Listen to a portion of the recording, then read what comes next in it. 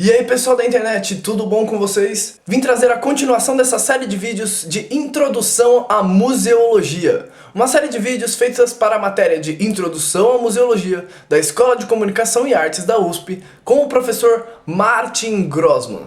E hoje a gente vai tratar de um assunto muito delicado, um assunto muito diferente e eu aposto que pouca gente parou para pensar sobre isso. A gente vai falar um pouco sobre curadoria e organização dos museus. Bora lá?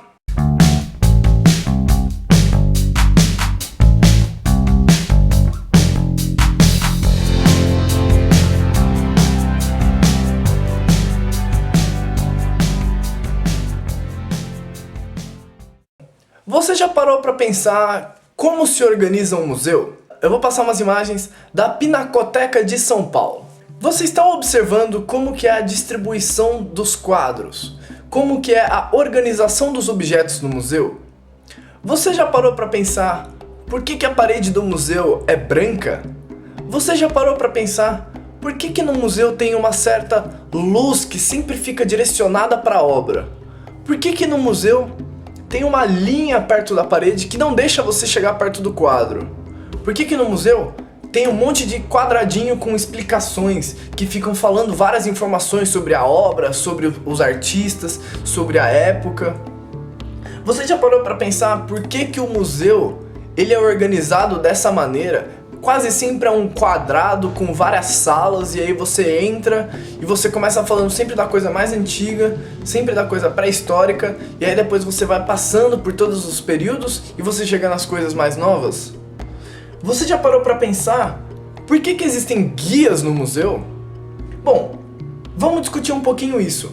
A partir dessas imagens da Pinacoteca, a gente pode perceber que o museu ele tem uma certa organização interna.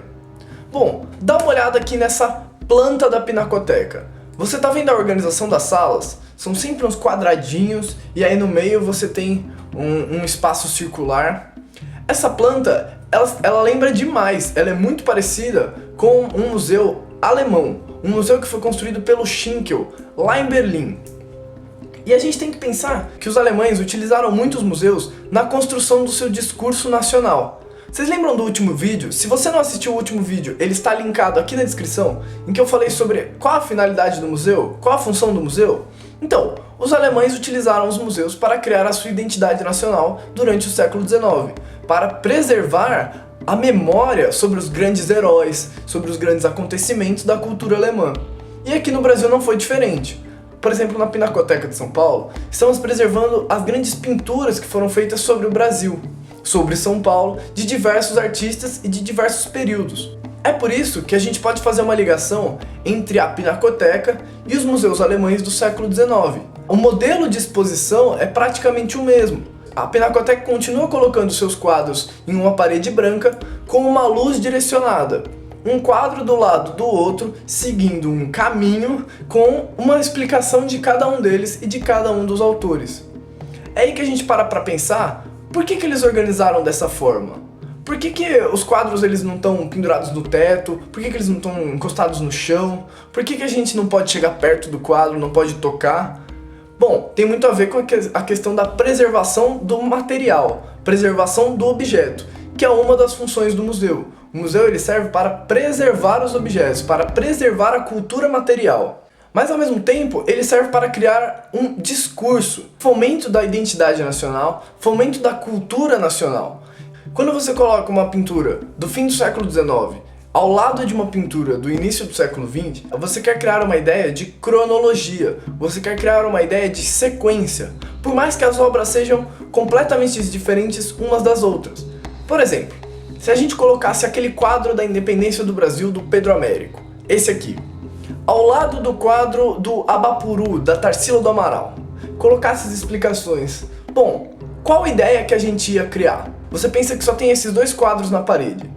Você está vendo que a gente já escolheu dois quadros, e a gente já escolheu dois artistas, e a gente já escolheu uma sequência, e a gente já escolheu uma iluminação nesses quadros, e a gente já escolheu uma cor de fundo na parede, e a gente já escolheu um texto, porque tem muita coisa para falar do Pedro Américo. Eu posso falar que as obras dele são obras históricas, que muitas delas são pinturas que não representam a realidade, elas são pinturas históricas e que elas têm uma determinada função, enquanto isso a Tarsila do Amaral ela está em determinado contexto. Tem muita coisa para falar sobre eles, mas eu vou escolher falar bem pouquinho em um textinho. Isso é um recorte, isso é uma seleção de informações. E colocar os dois quadros na parede com a iluminação, com determinada organização, com determinada ordem, é fazer uma curadoria. É por isso que a curadoria ela é tão importante nas exposições e nos museus.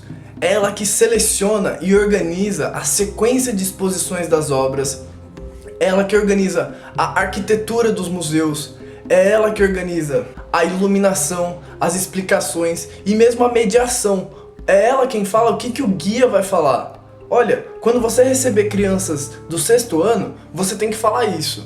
Quando forem adultos, você tem que falar isso. É a curadoria que vai organizar a disposição dos objetos.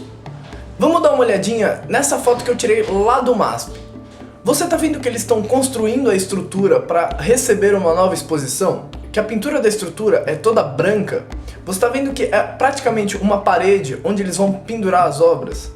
Isso aí, dentro da museologia, a gente chama de cubo branco. É essa organização da expografia, da maneira como nós vamos expor os objetos. E é um dos assuntos que a museologia trata mais a fundo. Olha, como que a gente vai organizar as obras, como que a gente vai colocar a sequência, como que a gente vai colocar o percurso em que as pessoas vão passar. Tudo isso tem uma função, tudo isso tem a finalidade de criar um discurso sobre o museu. Um museu que vai falar sobre a arte brasileira, ele quer exaltar a arte brasileira. Um museu que vai falar sobre a história do Brasil, a história da independência, ele quer colocar os pontos positivos da independência. Ninguém quer ficar falando mal da independência para os próprios brasileiros. É por isso que sempre que a gente vai falar sobre exposição, sobre museus, sobre obras de arte, a gente tem que pensar na curadoria. Eu espero que vocês tenham conseguido entender o que eu quis passar como curadoria e organização do museu. Então, eu vou ficando por aqui, lembrando que este é mais um vídeo da série Introdução à Museologia, para a matéria de Introdução à Museologia com o professor Martin Grossman, da Escola de Comunicação e Artes da USP. Espero vocês no próximo vídeo, não se esqueçam de deixar o seu gostei, o seu comentário com críticas, sugestões e dúvidas, não se esqueça de se inscrever no canal. Até o próximo vídeo!